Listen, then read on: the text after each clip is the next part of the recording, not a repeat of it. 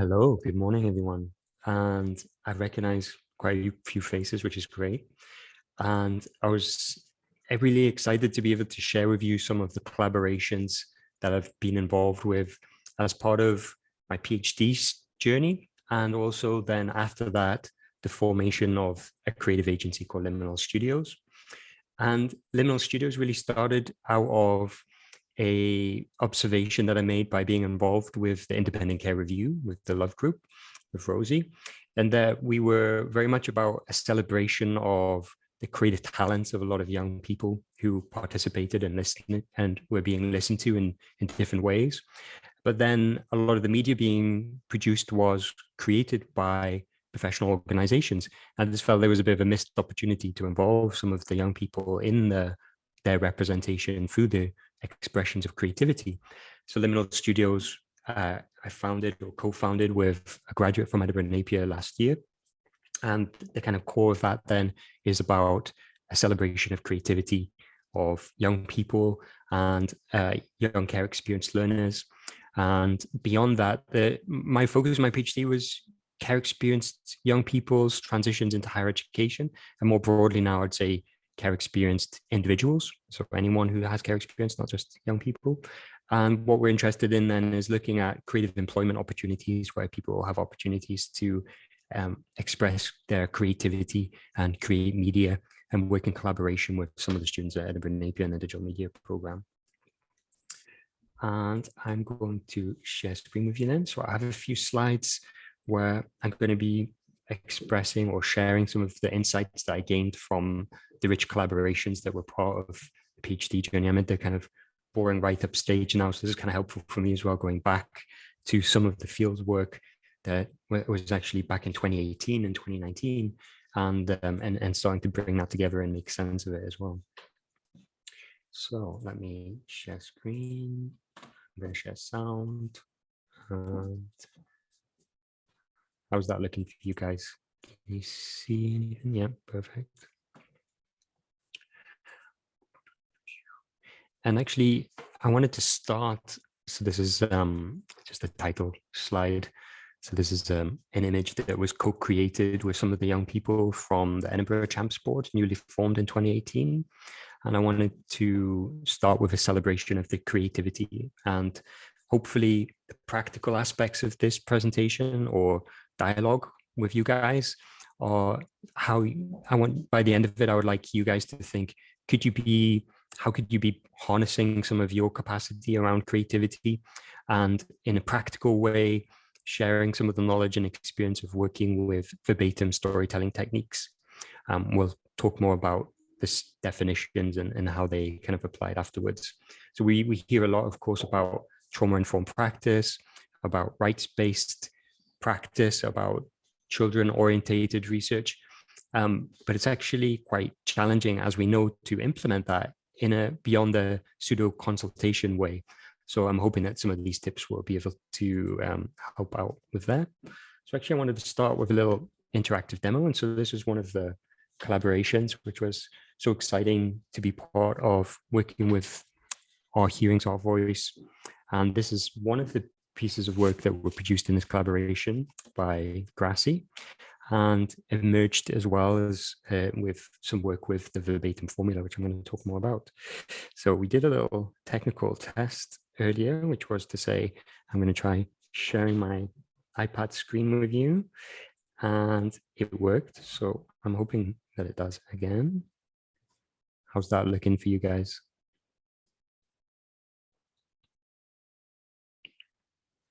So this is a piece of artwork that was produced by one of the board members, the young board members from Our Hearings, Our Voice. And this piece of artwork emerged from a little creative workshop that we were doing with the Verbatim Formula. So I'm going to play the artwork and then we can have a chat about it. But I do. If you get lost, I'm here for you, and I always come and find you, no matter the cost, even death. 'Cause I know in the past, no one's had your back, but I do. I'm always here for you day and night. Just call and I will be there.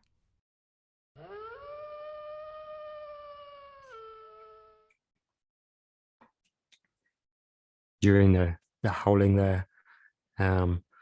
If you guys can see this, I've got two visitors in the studio, so they were paying attention to that. Oh, they're being included. There's 2 hounds in here as well.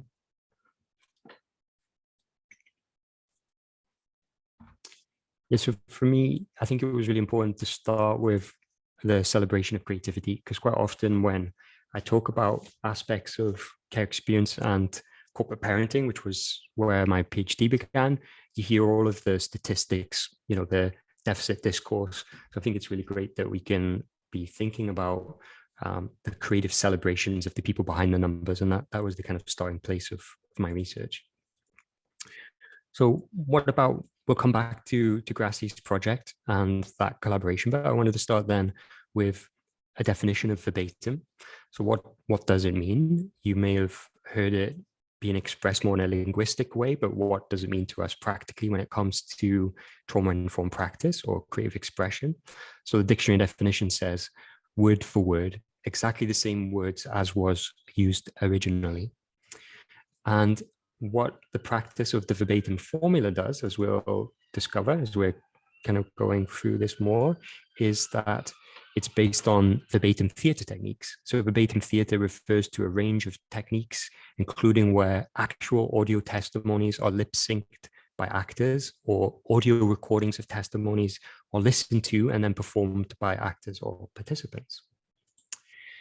So with that definition, I'm going to open this up for some interaction with you guys. So can anyone think of why you may want to use verbatim techniques when it comes to your rights-based practice or trauma-informed practice?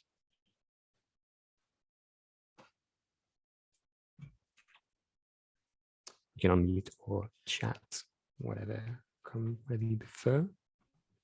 I think a lot of young people would find security in the anonymous aspect of it being not them. But in the other side of me thinks, well, what recognition are you getting for your story? Saying that, do you know? But that's enough conversation. Yeah, I think that's a great point there, that if you want people to participate, there's obviously trust that needs to be built.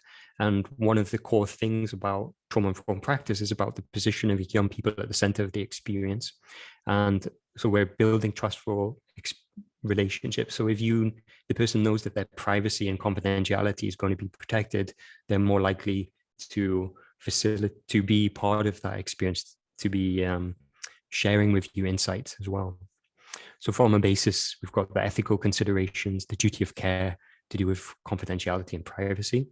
Ruth says to be more playful, which is an excellent observation. And I think something that definitely comes across in the ways in which I was reflecting on these participatory experiences, how important play is, and something we'll come back to. So yeah, as we mentioned as well, integrated as part of a trauma-informed approach, positioning the participant at the center rather than pseudo consultations that quite often occur. You hear people saying that we're doing a participatory activity, but they go in already with a preset agenda or a hypothesis that they want to test, or a problem defined, rather than really listening and allowing the young people or the care experience groups that you're working with to express what the problem is from their own perspective. Then you have an authentic representation of lived experience. So we contrast that with some of the statistics.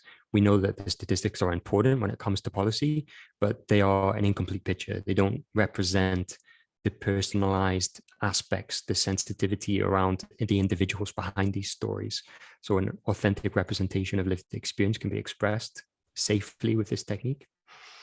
Offers participants more control of their own stories and representation, something I think is incredibly important, that you, again, kind of echoes the idea of a pseudo consultation, perhaps that you go in and that's the last that people see of data that they've shared or things that they've shared, or they've lost control when that, say, an interview is then put on YouTube and you can't retract it. So I'm very interested in the ways in which you offer this, the privacy and confidentiality as part of the experience, gives people more control of how their stories are being shared and how they're being represented. And then this mode that I'm very interested in exploring more, this idea of being more attentive in terms of a caring perspective through the act of active listening. And what we're going to find out as we unpack some of the techniques around the verbatim formula is that I think that being attentive through a process of active listening is a dialogue between the person facilitating the session or co-creating it and the young people, but also really importantly, the audience afterwards as well, that it becomes a mode of attentive listening for the people who are actually designing care services. And on the back of that, when it comes to the presentation, if you like, of findings or data, when we talk about research, then you can present this not as a bar graph or a statistic, but as an emotionally effective engagement with audiences through a real embodiment where they're listening with the heart. And I think that's also a really powerful part of this verbatim technique. So with recording session, I'm also happy to share the slides because there's quite a lot of links and things that might be of interest to people. So this is just a quick example of some verbatim theatre close to home. National Theatre of Scotland have used verbatim techniques. So one really well-known approach is in the theatre piece Black Watch. And this was actual recordings of events from a soldier's perspective who have lived experience of being in the Iraq war. And so there's an authentic representation, but a safety that occurs by being able to share these personal stories, but combining that with an understanding of story tropes, of it's cut in a way that would be react to the 3-act structure that audiences would feel a connection to. Here's a verbatim film example. I can remember Lorraine setting the bedroom on fire. And I were only young then, I was probably only about 5. But still to this day, if you talk about it to me aunties and stuff, and they'll say, we don't know which one of yous it was. And I'm like, it won't be, because I can actually remember it to this day. So as we're watching this, we can see a person who's speaking, but actually what it is, these are real documentary recordings. So these are real interview transcripts, and the actor is then lip syncing. So they're lip syncing to real audio of this testimony about this experience. So this is a film called The Arbor from 2010. I'll play a little bit more of it. Wrestling with matches and the mattress caught fire. You know, back then you didn't have the double glazing and stuff that you get now. You know, house was horrible, no carpets, no central heating, locked in a room with no door handle. And standing at the window shouting for help. So that's one of the bundle of techniques that verbatim theatre or verbatim media can use. Has anyone seen Flee? Recently been in the cinema? It's a story of a Afghan refugee who is fleeing the conflict zone. It's a beautiful, emotional film. And again, it uses verbatim techniques. So these are original verbatim audio recordings, but this time rather than in a motion picture film, which has been lip synced by actors, it's animated. So I'm going to play a little clip from that.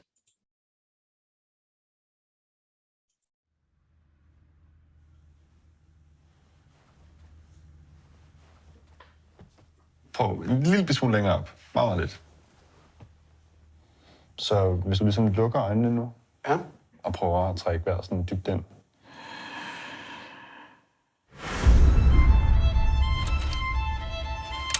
Hvad betyder ordet hjem for dig? Hjem er noget, som er trygt. Kaboul, les attaques des Moudjahidines ont repris.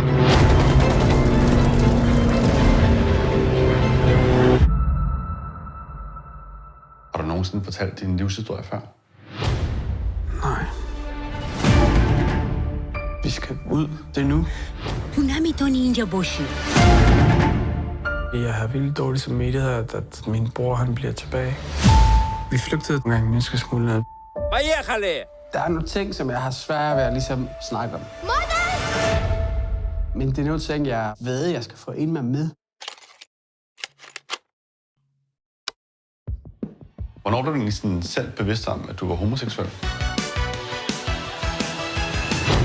Altså, jeg var ikke særlig gammel. Jeg var ret betaget af Jean-Claude Van Damme. Jeg kunne også godt lide Jean-Claude Van Damme, men det var af andre årsager.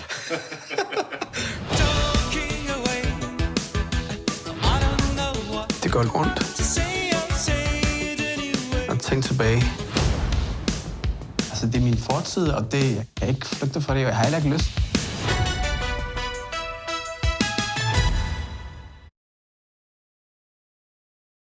So definitely recommend watching that film, especially it's good research if you're thinking about verbatim. So far I've shown a couple of, well, 3 examples, one from theatre, Black Watch. Then we've looked at The Arbor and Flea. All 3 of these films are very much about tricky, difficult experiences that are expressed in through this media. But I also wanted to highlight that it can be used in more playful, fun ways as well. So this is a little clip from a series that Aardman Animation were involved with, and these are real audio, again, test clips of people's testimonies, and then they're kind of presented in a more playful way.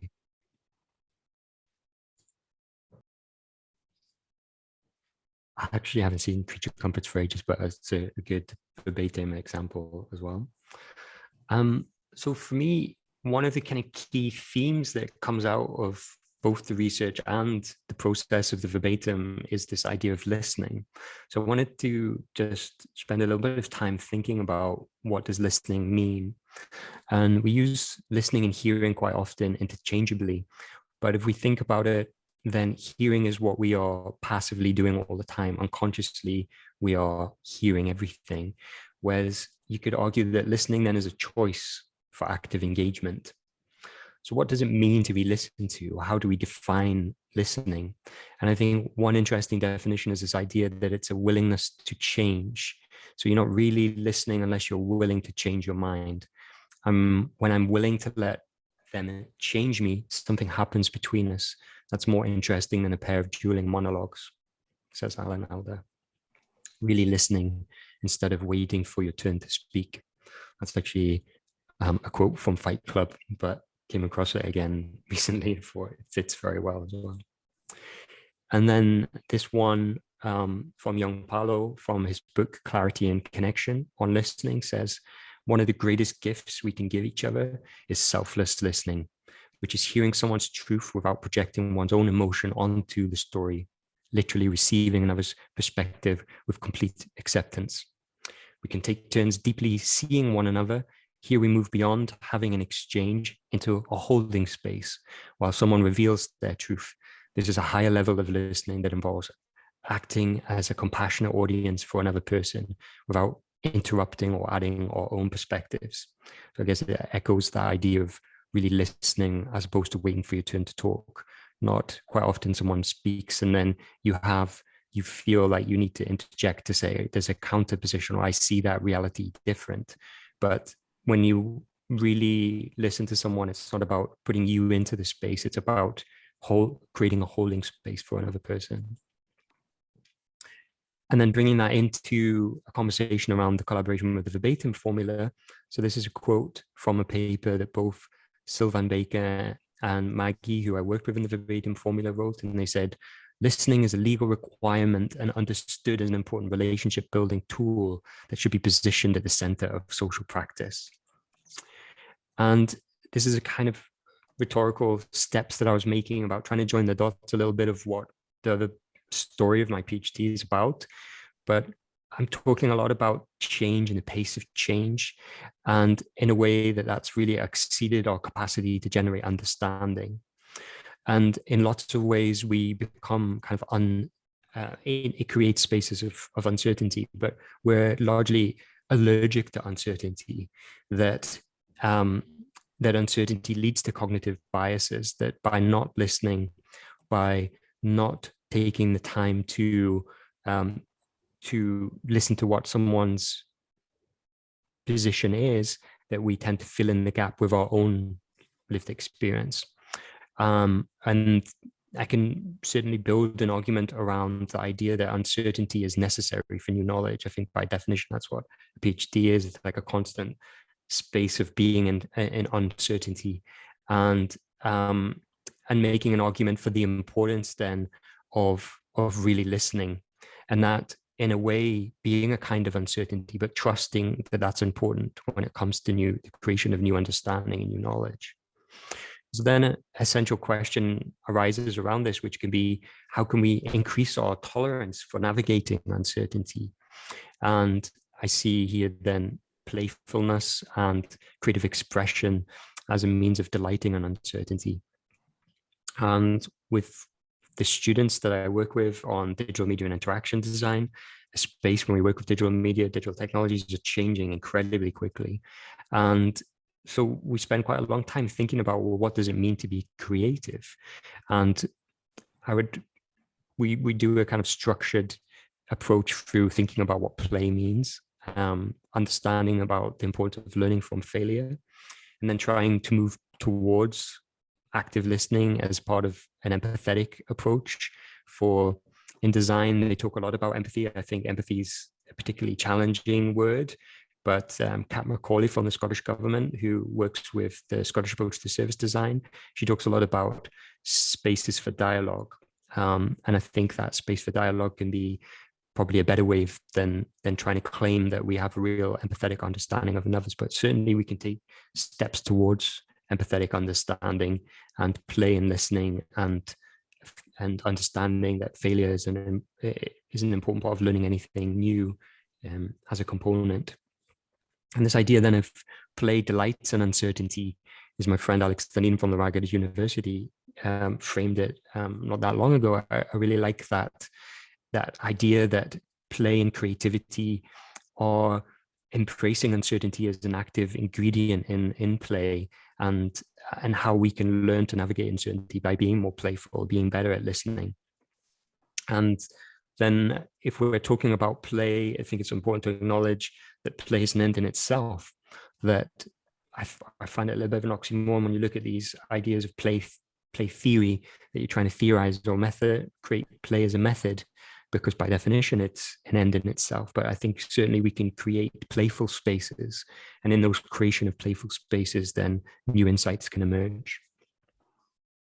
We've got a couple of slides then that talk about this approach in practice, or how this journey has been unfolding for me through working with different groups. The first group that I worked with from the PhD was the newly formed Edinburgh Champs Board. And I kind of approached a series of 4 weeks worth of design-based workshop activities, and they were designed to be playful. They were designed about listening. And I also wanted to bring together the young people with corporate parents. So at that point in 2018, the colleges and universities were working on their educational corporate parenting policies. So I thought it would be a really great chance for the people who are creating legislation or building policy can come together with the young people in playful ways, and the young people can share things that are important that would directly inform policy, rather than those corporate parenting policies being informed from statistics or whatever data that the Scottish Government has. And this was then the independent care review in 2015 when I started. But I could see a lot of echoes with what the care review was trying to achieve then about this process of active listening and celebration of different modes of listening. And this drawing then came about through one of the participation network sessions, one of the early ones in 2018. And the graphic facilitator here, Graham, captured the conversations which were happening, so not dissimilar to this network, participation network, at the time before Paul was working with the care review, or I think it was that time where he started working with the care review. He was bringing people together, so different people from across the care spectrum, so it included care experienced individuals as well as service providers, to have conversations around aspects of care towards making improvements. And one of the things that came out from that was from the graphic facilitator was this drawing that really resonated with me when it comes to an understanding of corporate parenting and making improvements to corporate parenting. So we've got someone on the stead that I was imagining as a corporate parent that says, you can like leading someone perhaps into college to say, you know, what's good for you? Education's good. Look, the stats show that going to university is a positive step. And then the person at the bottom going, well, how can we build a life if we don't in the first place have a safe and stable home, or the foundations are there? And it made me reflect on the idea of how educational corporate parents, of course, need to listen. They're going in with perhaps a preset idea of what an understanding of care identity through the statistics, which are important, as we've said, but are an incomplete picture. And so starting then with not going in with a problem or a solution even in mind, but as an act of listening. And it reminded me a little bit of Maslow's hierarchy of needs that I'm sure people have seen in many ways, that, you know, before, if we think of education being in the kind of esteem part, you need to, of course, have the stable home to be able to be dealing with needs around safety and senses of love and belonging before you can get to a mode of transformation through education. And it also made me at that stage question, well, where does creativity or creative expression and listening fit within this? Is it one of the zones of Maslow's hierarchy of needs? Does creativity fit there? You know, you could hear probably arguments to say that creativity might fit in esteem. You know, you need to have the home and everything sorted first before creative expression. But talking to someone else about it, I realized that creativity then, if we're thinking about it not as a thing, but as a way of being, a mindset, that creative expression could be a way of pushing through all of these needs. It's important at all stages of those hierarchies. That's echoed a little bit in that quote from Frida Kahlo, who says, passion is the bridge that takes you from pain to change. And so I want to present then some of the findings from that workshop and some of the reflections on it. And when I was creating these, so the research, the PhD that I'm doing is practice-based. My undergrad degree is in photography. I think through images and creative practice and making, as opposed to writing. And this idea of a prototype became important to me, that a prototype, when we think about it, it's not just about crafting artifacts, but it's about crafting interactions. It's a means of creating that safe space for dialogue. So a prototype can be more about human interaction than technical effect. And I think there's something interesting when it comes to the sharing of prototypes, when it comes to not doing a show and tell, but more a show and ask. So to present something and then to say, what does that evoke? Or using a prototype as a means of going back to the people that you're working with and saying, what do you think about these insights from our workshops? I'm going to share with you then one of the prototypes from the Edinburgh Champs board, and we can see that that was also revisited. And this is a 3D model of what's called an image theater, a tableau, a statue.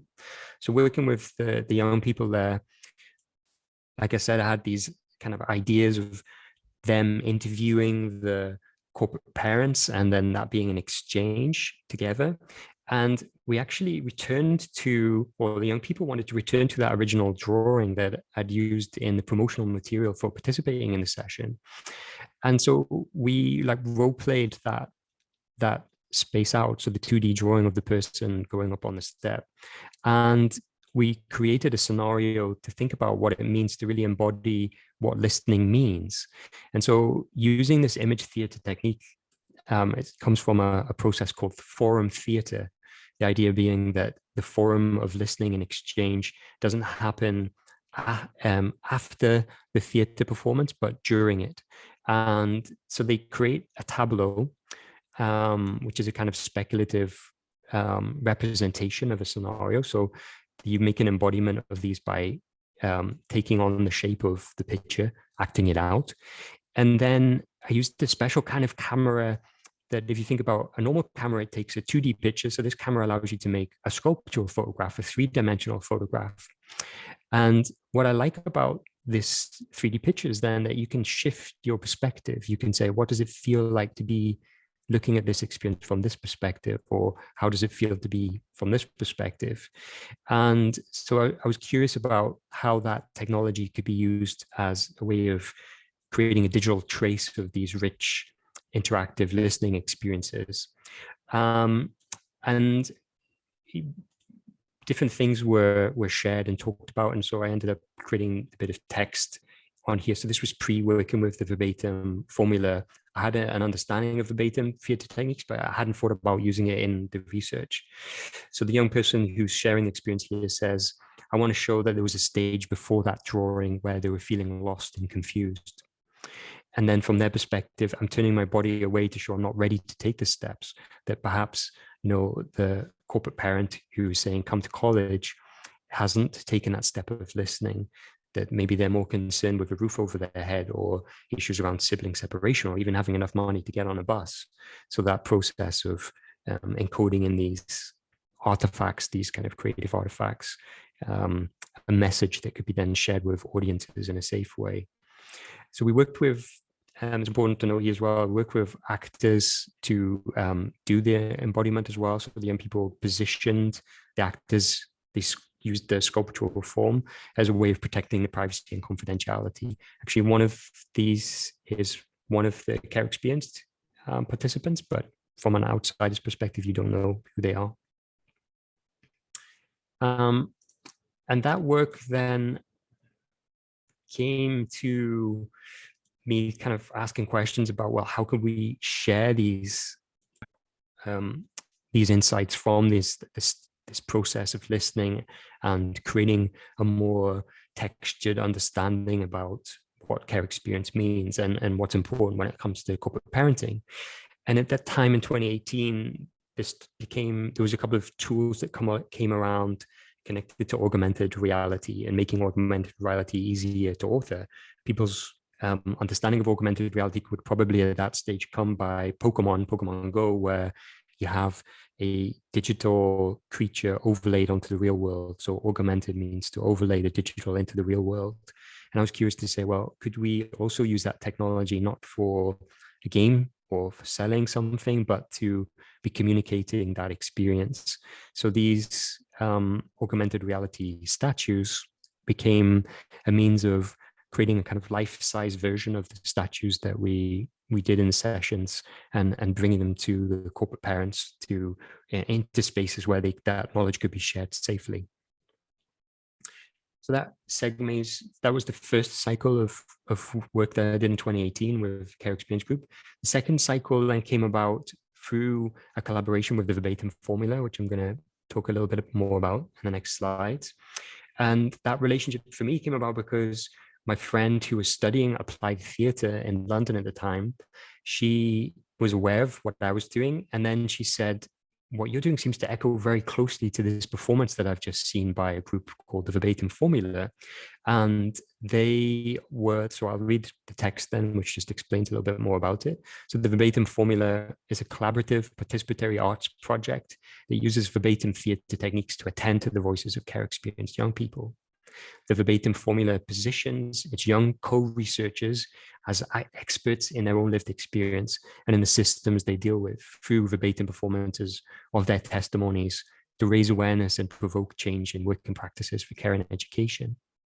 The Verbatim Formula is a method developed with care experienced young people, which can be used in any context where more careful listening is needed.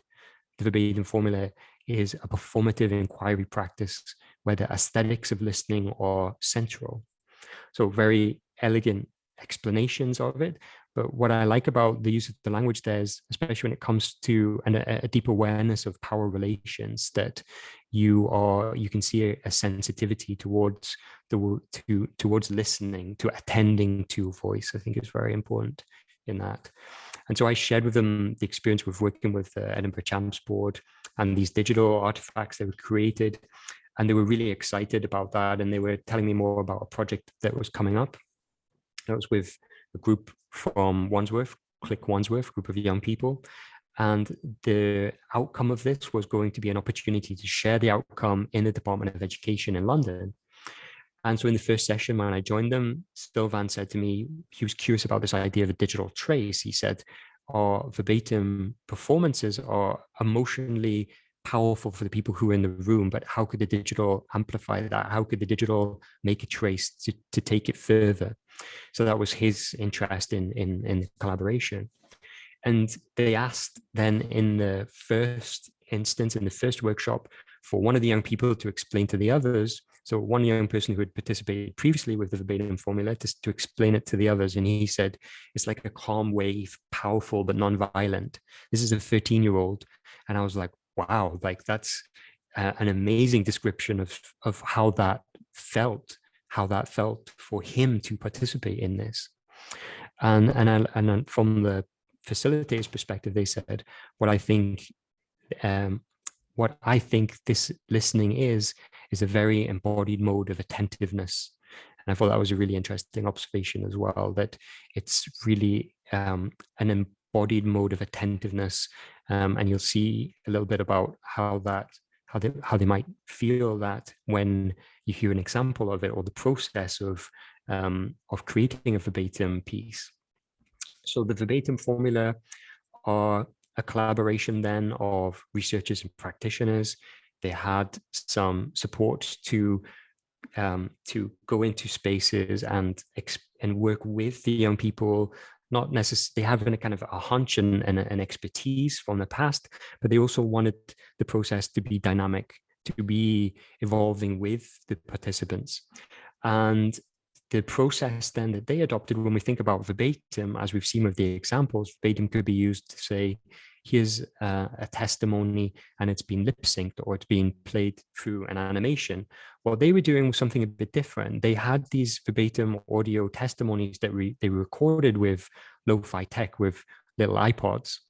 And then they would listen, someone else would listen back to the testimony and repeat it verbatim, word for word. So this did two things. It allowed them to protect the confidentiality of the participants. It also allowed them then to make sure that if there was any editing going on, it would only be about editing to protect the privacy of the person if a name was dropped or something. And then the person doing the performance was really then embodying the ways in which the tonality, the way the person was expressing something, and repeating that. And so that's when this quote here from one of the facilitators, one of the organizers, Maggie, said, what I think this listening is a very embodied mode of attentiveness. Is the way that it makes her feel when she's listening to these. She's really creating an understanding of what's being shared in a different kind of way. So I'm going to play a verbatim audio recording just here. I've literally become a catalogue of statistics and just irrelevant facts and info, and it's dehumanizing, to be honest. And if others don't really view you as a human, well, not really others, more adults. If adults don't really view you as a human, then how can you view yourself, to be honest? So that young person was asked the question, do you think you're being listened to in the context of care services? And that was her response. So we can see that, and I'm sure it's recognizable to many people working in the space, that when we look at care identity through statistics, it's dehumanizing. We're looking at not a number or a negative outcome, but we're trying to understand what it feels like from a perspective of being care experienced towards making change. So this is a quick the photograph of the performance then, which took place in the Department of Education. So you can see a number of prominent Conservative Party members there, people who are responsible for education and policy in the Department of Education in London. And the person at the front then is listening to a testimony and then repeating it verbatim.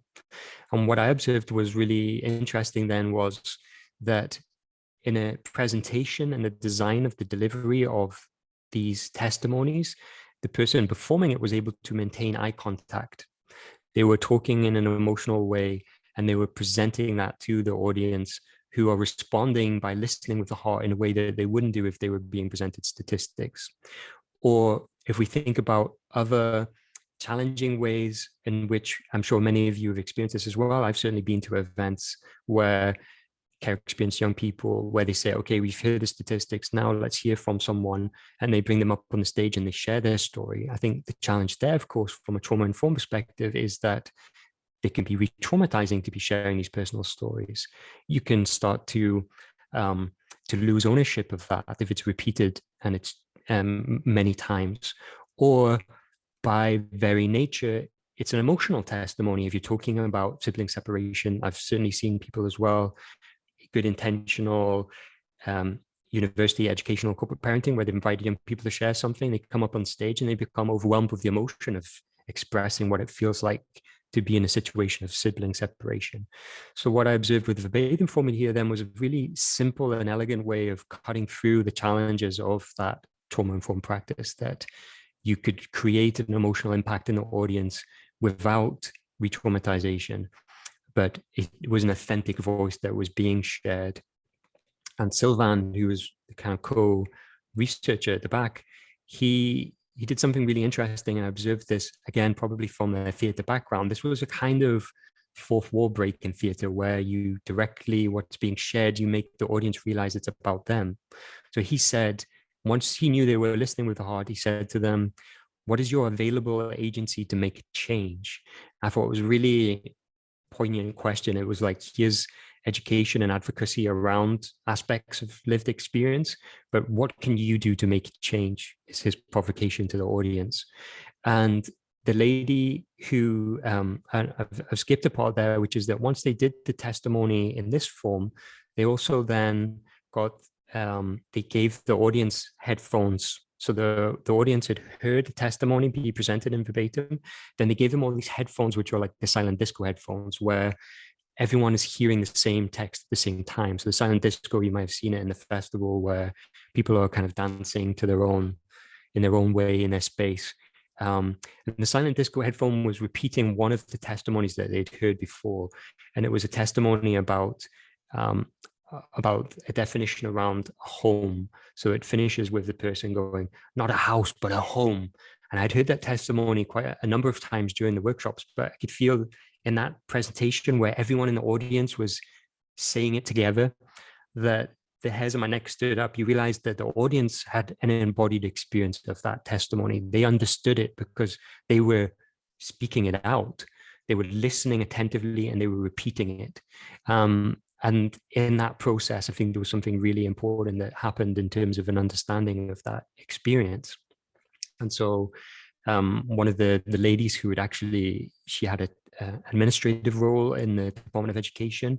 As you can imagine, lots of red tape around criminal checks before you were allowed in the building, et cetera, et cetera. She was the facilitator of that. She was quite a pragmatic lady. And she came to me after that performance. I could see that she had been emotionally impacted by it. And she gave me a hug.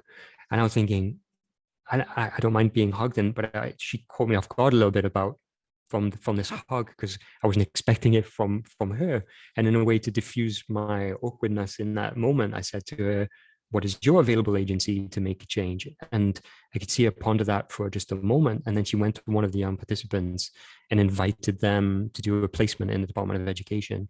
So it was such an elegant way of attending to voice and communicating to an audience the importance of that. And it felt like the digital things that I were doing were not really an adequate representation. So I was creating this prototype. So you can see one of the participants in the background who is presenting one of the testimonies that we recreated through the sculptural form. So this was a testimony about not being able to be hugged by a social worker. And for me, it didn't have the same emotional impact. But it was intriguing as a kind of iterative step towards something, and how the digital then could be used to create, as Sylvain said, a trace or a way of extending that beyond the performance.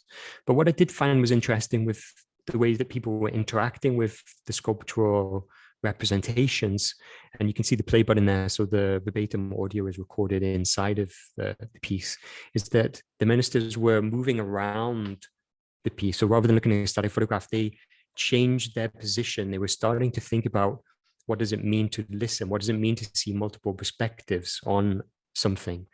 And for me, that was like an important step in that process. I'm conscious of time, so I'm going to skip over the audio testimony. So there's a few other ways then that this theme of listening started to inform what I was doing. And one of them was working then with Adoption UK, which was another cycle of research. So I came back really kind of infused by that collaboration with the Verbatim Formula. I felt my mind was expanded with so many things that I could be thinking and doing, and the importance of being playful in these spaces as well was something that they did so elegantly.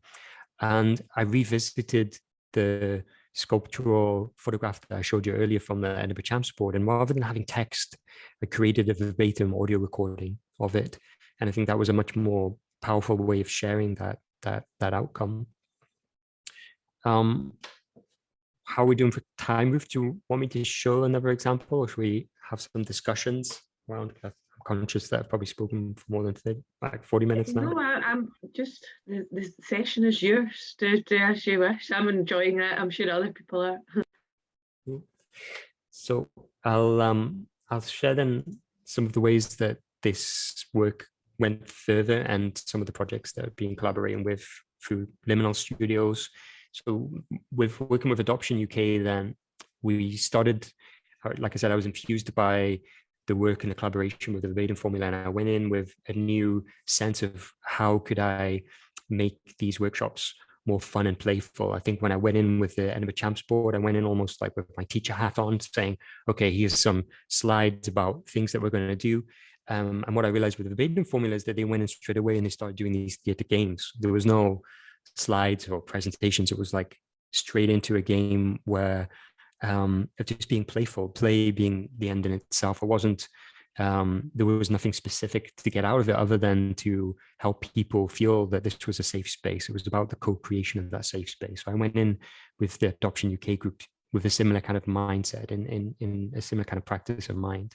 And one of the things that we did early on in that session was to have discussion about what we wanted from these sessions then, and to say from the young people's perspective, they wanted to be able to share with their school, as so again, a kind of educational corporate parent, what it means to understand what it feels like to be to navigate in the care system and then to be adopted. And as we know, there's many there's different challenges around adoption when it comes to definitions of care experience as well. But one of the key things that they talked about, interestingly, in the values, so kindness, respect, was this idea of listening again. It kind of cropped up again. So the first group, listening, the Verbatim Formula by definition was all about listening. And then listening came up again in this group. And one of the young people then drew what listening, we started to say, okay, well, what does it mean to be listened to in an educational school context? So she expressed it as bridging the gap of listening with curiosity. And she did this drawing then of seeing a kind of gap between two people, and that listening for her was about listening with curiosity.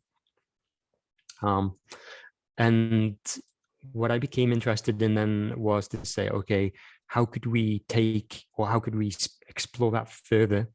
And how could we then, in a practical way, let educational corporate parents know that this is something that's important to you in a safe way? And so we used the same tableau technique where the care experience participant explored the topic of listening by making a freeze frame with their bodies.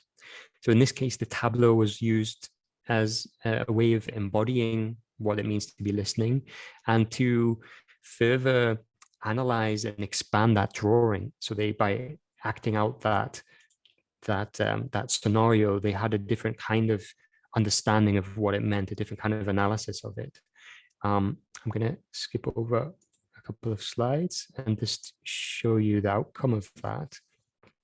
And so this is a screen recording of this this process of creating a sculptural form. And you can see this time I'm thinking more about different ways of abstracting that data so that the young participants are not you can see an outline of a form, but the person's privacy and confidentiality are being protected. You won't be able to recognize who they are from looking at that form, but you get an essential view of that it's two human forms enacting this space. And on reflection of the Verbatim Formula experience, I was thinking, how could the digital then go forward? How could it be used?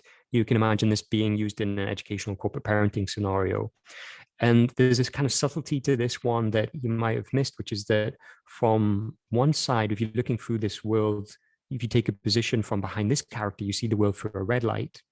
And if you take the position on the other side, you see the world through a blue light. And when you pull back to the middle, that's when the kind of two combine and you see a kind of purple in the middle, a kind of mixing point. So your position of where you stand changes literally about what comes into view. I thought that was an interesting idea. And so when you touch that blue button, the audio testimony appears, which you're going to hear in a minute, about why listening was important to this individual. But I thought in terms of the way the Verbatim Formula were making that fourth wall break, I was thinking, how could this, in a way, this digital technology is a kind of fourth wall break, because the environment you're looking at it in becomes a character. You who are interacting with it become a character, maybe not a protagonist, but a key character. So it was a way in which using the digital technology could say, this is about you. This is not passively receiving a message, but this message is about you. And what is your available agency in that space to make improvements to care services? So I'm going to play you the verbatim audio of when the person was asked why listening was important to her, why this was a topic that she wanted to expand. So we're listening to a verbatim recording, and it's a technique just called the 5 whys, which is very simple. It's you ask why 5 times. So there was a bit of an age gap in the group from Adoption UK.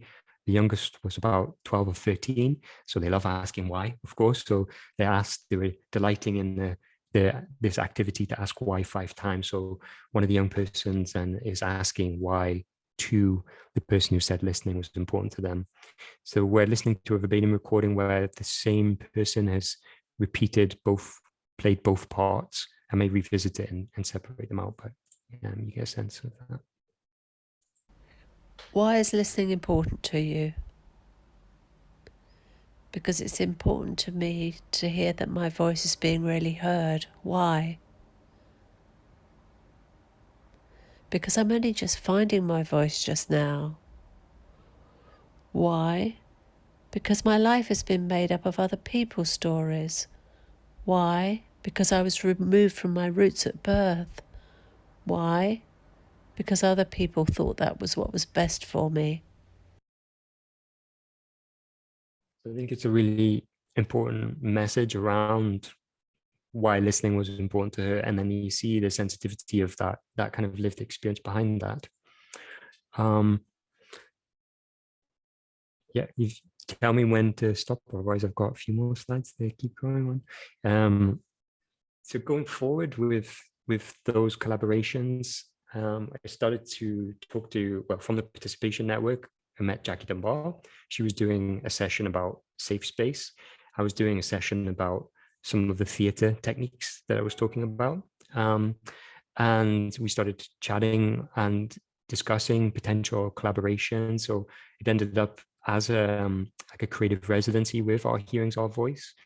And at that time, I was telling Jackie as well about my collaboration with the Verbatim Formula, and she was really infused by that, and ended up inviting the Verbatim Formula people up to be part of a project she was working on, which involved a presentation at the performance at the Scottish Parliament, and then an exhibition, a celebration of creativity at the Scottish Parliament. At the same time, I was working with on a kind of creative residency with Articulate Trust, the Articulate Cultural Trust, and newly formed, but at their essence about celebration of creativity. So it was a fantastic opportunity. And at the time they commissioned a study to go around the country and have a look at good practice. It was a fantastic opportunity for their young care experience people to go around the country, the whole Scotland and England, and look at good practice and report back on that.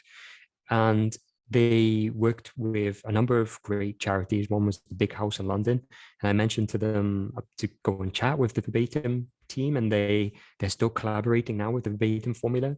So they brought the Verbatim Formula up as well and did a workshop that I know Amy attended, which was about training you on the Verbatim Formula.